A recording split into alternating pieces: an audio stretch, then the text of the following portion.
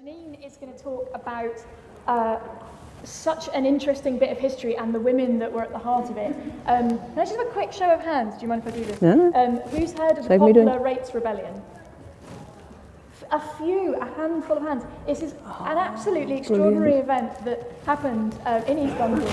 And I find often on Annabarrons hardly anyone spoken about it, and there were some incredible women who made it possible, who were right at the heart of it, and Janine is here to talk about them. I'm really, really excited. So, thank you very much. Janine. So that's my first slide, and you can move straight on to my second one, because that was just like the title. Okay, so this story is set just after the First World War in Poplar, and that's the area, the borough of Poplar included at the time, Bow in the north and Poplar in the south. Had a population of 160,000 people. Now that's probably nearly the population of Tower Hamlets as a whole now. So if you can imagine all those people, everyone in Tower Hamlets squeezed into Bow and Poplar, it'll give you an impression of how overcrowded it was. And in that level of overcrowding, 24% poverty, and that's official poverty. You have to be really, really, really, really, really poor to be counted as officially poor. Infant mortality, 83 out of 1,000 babies died.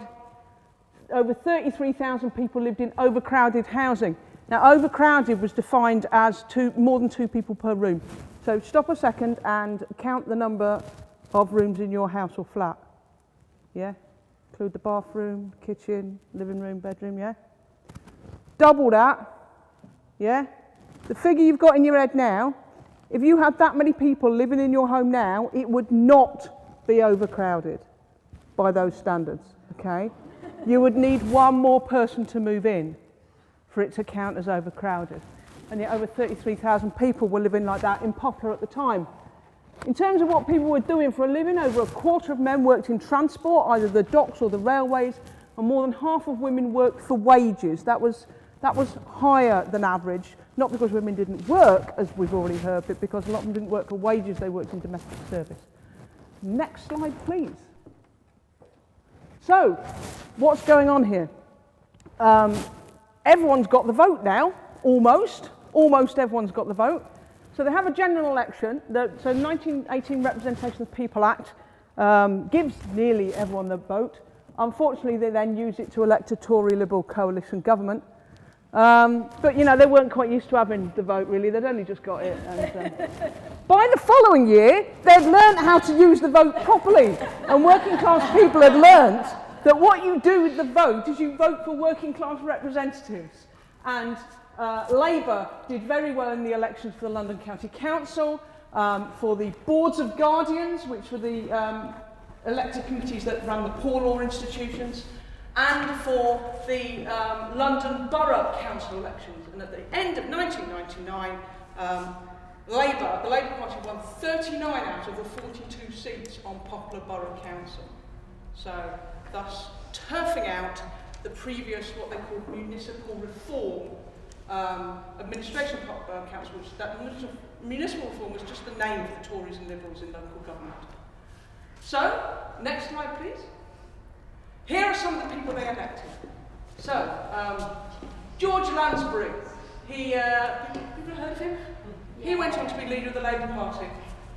He used to be my favourite leader of the Labour Party, but there was a fellow who got re-elected with an increased majority today of 61.8%, Jeremy Corbyn. He's beginning to match up to George Lansbury there. Next to George Lansbury is his wife Bessie. I could go off a whole other tangent about how she was a political woman who ended up just doing housework most of the time, and that's a bit of a flaw in George Lansbury there. At the back you have John Skerr, who went on to be an MP. Minnie Lansbury, my absolute all-time hero. I could talk to you for about 10 hours about Minnie Lansbury, but don't worry, I won't. At the front we have Sam March, who became the mayor in 1920-21. Jenny McKay was a councillor. Nellie Cresswell was a councillor. I'll tell you a bit more about some of them in a minute. But one of the things you've got here, Poplar's new councillors with their supporters, is at long last you've got a council that looks like the people who live in Poplar. Because Poplar is an exclusively working class borough. All the middle class moved out years ago. Even the people who own businesses to exploit the labour of people who live in Poplar don't actually live in Poplar. They live in Hampstead or something like that and just just exploit Poplar. Next slide, please. So here are some of the women. Okay, so Nellie Crescent up the top. She's been a suffragette. She actually went on to be mayor of Poplar. She went on to deliver a speech at Labour Party conference, which Nye Bevan described as the best speech she had ever heard. And she actually lived longer than any of the other Poplar councillors at the time. She only died as recently as 1973. Minnie Lansbury, hurrah, lived in a street really quite near here actually. If you walk down Brick Lane, about 2/3 of the way down on your left, you'll see a street called Chicksand Street, and that's where Minnie Lansbury grew up. She was the daughter of Jewish immigrants. She was a school teacher. She'd been the assistant secretary of the East London Federation of Suffragettes, and she had been the chair of the War Pensions Committee and helped supported lots of war widows and orphans. She's fantastic. Susan Lawrence, she used to be a Tory, and then she decided to be a socialist. Fantastic. Jenny McKay, she had also been an active campaigner. Jane Marsh, I couldn't find a picture of, so her name is just there, representing her. She got elected a councillor. And Julia Sker, she was an Irish woman who'd been very heavily involved in the Irish community political struggles. She'd also led a delegation against sweated labour to the government in 1914. So what a fabulous bunch of women who've got elected onto this council, all of whom, like the blokes as well, have got a background in community organising, in socialist politics, in active campaigning. Loads of them have been nicked at various times, whether it be on, Minnie was nicked on an anti-war demonstration. Most of them were arrested for suffragette activities at some time or another. Next slide, please. So, this is what Poplar Council did. There's a quote from George Lansbury. He said, Labour councillors must be different from those we have displaced, or why displace them? And I've often been sorely tempted to print that on postcards and send it to all the Labour councillors in the country, just to remind them. So, here are some of the things they did. Housing. They built the first new public housing for years. They appointed housing inspectors who went around private, because everyone was living in private rental then, who went around these squalid, revolting hovels that private landlords called homes, and they issued orders of them to improve them. And if the landlord didn't improve them, the council sent builders around to improve them and sent the bill to the landlord. So they massively improved housing. They set up TB dispensaries. Tuberculosis was a big killer at the time. I believe it's making a comeback now. They electrified the borough. There was all gas lamps before then. They introduced better working conditions for the council's own staff, including equal pay, putting on people on permanent contracts rather than casual labour, etc. They expanded maternity and child welfare services, and they improved baths and wash houses. In fact, when I was researching this, one of my favourite bits in the minutes is of the baths and wash houses subcommittee meeting of November 1919, where the subcommittee resolved to heat the second-class swim. Think about that. Okay, so next slide, please. There they are, meeting in the old Poplar Town Hall. That doesn't exist anymore. That was a victim of the Blitz. There they are in there discussing stuff, and there's Susan Lawrence and Minnie Lansbury having a very in-depth discussion down there. Minnie Lansbury apparently was the keenest intellect on the council, as was told to me by the grandson of one of her colleagues on the council who used to say that about her. You'll notice also that the mayor there, which is Sam Marsh, isn't wearing the chain of office. The chain of office is on the chair in front of him. They did that deliberately. They said, we're not wearing all this fancy stuff. We're here to represent ordinary people and deliver services for them. And they just put the chain on the chair and leave it there. Next slide, please. Okay, so we have a brief post-war boom, and then everything goes pear-shaped. And there's a recession. And in particular, the recession is basically the collapse in export trade. So it hits a dockside area like Poplar particularly hard. And lots of dockers lose their jobs, lots of permanent dockers become casual, lots of casual dockers become unemployed. There's massive unemployment. And one of the things that people advocate, one of the things that the socialists and the labour movement have always advocated to deal with recession is public works. Look, let's spend public money, government money, on doing things that need doing, It might be building a park, it might be building new housing, it might be electrification, it might be road building. Road building we were in favour of that 100 years ago, a bit different now. But it should spend money on stuff like that to create jobs as well as doing work that needs doing. And that was all agreed, and some money was promised to Poplar, and then, so they set up the public works scheme, and then the government said, you're not having the money after all. Okay, so that's caused a problem for Poplar Council. But what's really caused a problem is the unfair funding system, because the councils had to raise all their money through local rates. All of it. No central government grants, and even like what we would now call welfare benefits, like dole money, JSA or whatever, that was all a charge on the Poor Law Board's guardians, which were funded by the local council. So it was what socialists at the time referred to as the poor keeping the poor. So you live in a really poor borough like Poplar, and all the money the council needs to provide you with healthcare and housing and recreation and all that kind of stuff has to be paid for out of your own pockets through the rates. And a council like Poplar just couldn't cope with the financial crisis that the recession then created for that. And what they demanded was to equalise the rates, to introduce a better, fairer, more pooled system where the rich boroughs put money in and the poor boroughs got money out. Next slide, please. But just asking for equalising the rates didn't deliver. So they were faced with this, faced with a situation which, in order to balance the books, the council balance the books, it would either have to massively increase the rates so that people wouldn't be able to afford it, or cut the services, stop building the houses, close the TB dispensary, turn off the heating on the second-class swim, etc. And they decided not to make either of those choices. They said, we don't accept this choice, so this is a bad law, and so we're going to defy this bad law, okay? Because as Sam March said, well, the master class has made the laws. We don't respect the laws, we didn't make them. And as Edgar Lansbury, George Lansbury's son, Billy Lansbury's husband, said, the law and justice are two different things. So, councils, as well as collecting rates, also collect some extra money which they hand over to cross-London bodies. We still do it now. When you get your council tax bill, it shows you how much goes to the council. It shows you there's another bit that goes to like the fire brigade and the Metropolitan Police and stuff. What Poplar Council voted to do was not collect that money.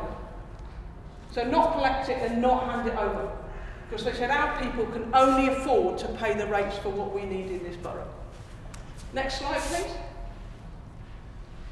They didn't just make a stand by refusing to hand over the money, they mobilised people in support. So they go around knocking on all the doors, they're talking to people at the workplaces, having street corner meetings, and then having big demonstrations as well.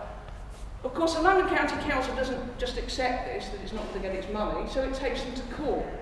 And after a series of silly little hearings, the major hearings on the 29th of July 1921, and 5,000 people marched all the way from Poplar to the High Court on the Strand to support their councillors. I should point out that's an awful lot of blokes. There's not many women. And there was still a problem then, although women were active in this kind of stuff, they weren't expected to go on marches because they're supposed to be looking after the home and the kids. So I want to emphasise that there are lots of strong, inspiring women involved in this struggle, but that's not the same as saying there wasn't any sexism or that women were able to participate on an equal level. They weren't. Anyway, off they go, marching to the Strand and the High Court, and in the High Court, the councillors, including some of the women councillors, give evidence. They say, yes, we're breaking the law. Their defence isn't, no, we haven't broken the law. Their defence is, we have broken the law because the law's rubbish. And we've got every right to break the law, because the only alternative to breaking the law is to hurt the people who elected us. And that's not why they elected us, is it? Next slide, please. So the judge, right, finds them in contempt of court. Which is probably quite accurate. I think they probably did hold the court in utter contempt. And he says, look, what I'll do, right, is you've got to do what you're told, which is collect money. If you don't, you're in contempt of court. But I'm going to give you 5 weeks to kind of chill out, think, reflect. Maybe, you've come a little bit away, and the government's thrown them a couple of crumbs, so they can back off with their dignity intact. But if you haven't collected this money, if you haven't promised to collect the money by the beginning of September, we're going to arrest you. So of course the councillors said, thank you very much for the 5 weeks, and spent the whole time canvassing, building support, holding more public meetings, having big demonstrations, etc. Until the arrests started. And they had so much support that these huge crowds gathered outside each of the councillors' houses and could actually have physically prevented their arrest if that was what the strategy had been. But the strategy was actually to be arrested and to go to prison and to keep up the fight there. So there's crowds and crowds of people outside Julia and John Sker's house. Next slide, please. So the blokes get arrested. There's 30 of them getting arrested. I'm really trying to work out why only 30 of them were arrested and taken to prison, not all 42, or at least all 39 Labour ones. The nearest I could get in my research to working out why is I'm pretty sure that the ones who weren't arrested is just because they weren't in when the sheriff went round. But there was one guy who wasn't in, and because he wasn't in, he found out the sheriff had been around. He went round to the sheriff and said, I'm here now.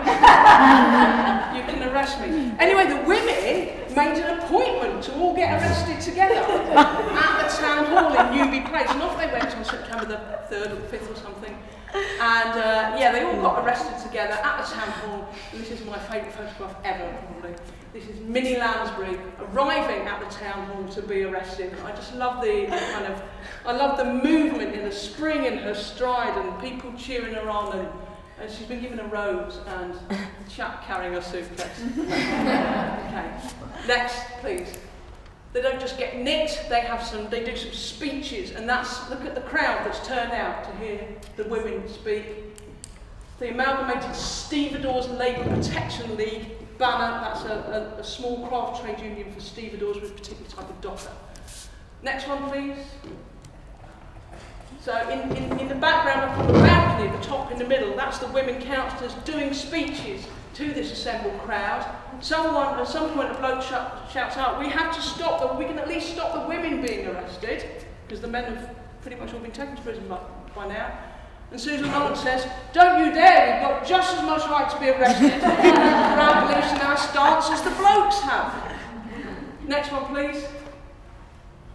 That's more of the crowd listening to Nellie Cressel, and you can see there the placards telling people what the issues are. Putting the money on about how much people are having to pay to get their rates compared to what the average rateable value of their houses are. Next one. Now this is Julia Sker giving a speech from the sheriff's car. After they've been arrested, they've been taken to prison. She's leaning out the window doing a speech. And the other reason worth including this is two things on that placard. One is the Daily Herald, just to mention there was a national socialist newspaper, meaning a socialist newspaper that's national, that sells circulates about 1/3 copies at this time. And George Lansbury was the editor of that. And he continued to edit it in prison. But also no rent strike. The government was saying to itself, right, we can go in and take over this council if we want. We can just move in, take it over, collect the money. And Poplar said, you do that, we're not going to pay our rent. And in those days you paid your rates through your rent as well. And faced with that determination, the government didn't bother even trying to move in and take over and collect the money. Next one. Off they go to prison. In the sheriff's car, there's Minnie leaning out of the window at the back and Nellie Cressel at the front. Don't they look happy? I'm not saying the sheriff was on their side or anything, right? But he purposely drove at 5 miles an hour all the way to the edge of the borough boundary just so the crowds could keep up with them. And then he took them to a restaurant and stood them all dinner before he did. Before he took them to Holloway Prison. Next slide, please. Right, so they're in prison. 25 male councillors in Brixton Prison, 5 women councillors in Holloway Prison. Prison conditions were dreadful, really, really dreadful, awful food, etc. There was demonstrations, marches to both the prisons every night. Speeches. George Lansbury did a speech through the window of his prison cell. And when the governor offered him a larger, more comfortable cell elsewhere in the prison, he said, no thanks, because they won't be able to hear me from there. I need to stay here and do these speeches. So there was loads of organising still going on. And the councillors continued organising while they were in prison as well. And they even carried on running the council. And the minutes still exist. So you can read the minutes of a meeting, 21st of September 1921, in George Lansbury's cell number 5, HM Prison, Brixton. And it's like 1, prison conditions, blah, blah, blah, prison conditions, 2, campaign for our release, blah, blah, blah, blah, blah, blah. 3, borough council issues, right? Number 1, rat infestation on Ellithorpe Street. So they're still dealing with the day-to-day working class issues that people elected from. They're not just going on about themselves, they're not martyrs. What they are is in the leadership of a movement. I should mention at this point that Nellie Cressel, remember her, is 8 months pregnant with her 8th child, I think, something like that, ouch.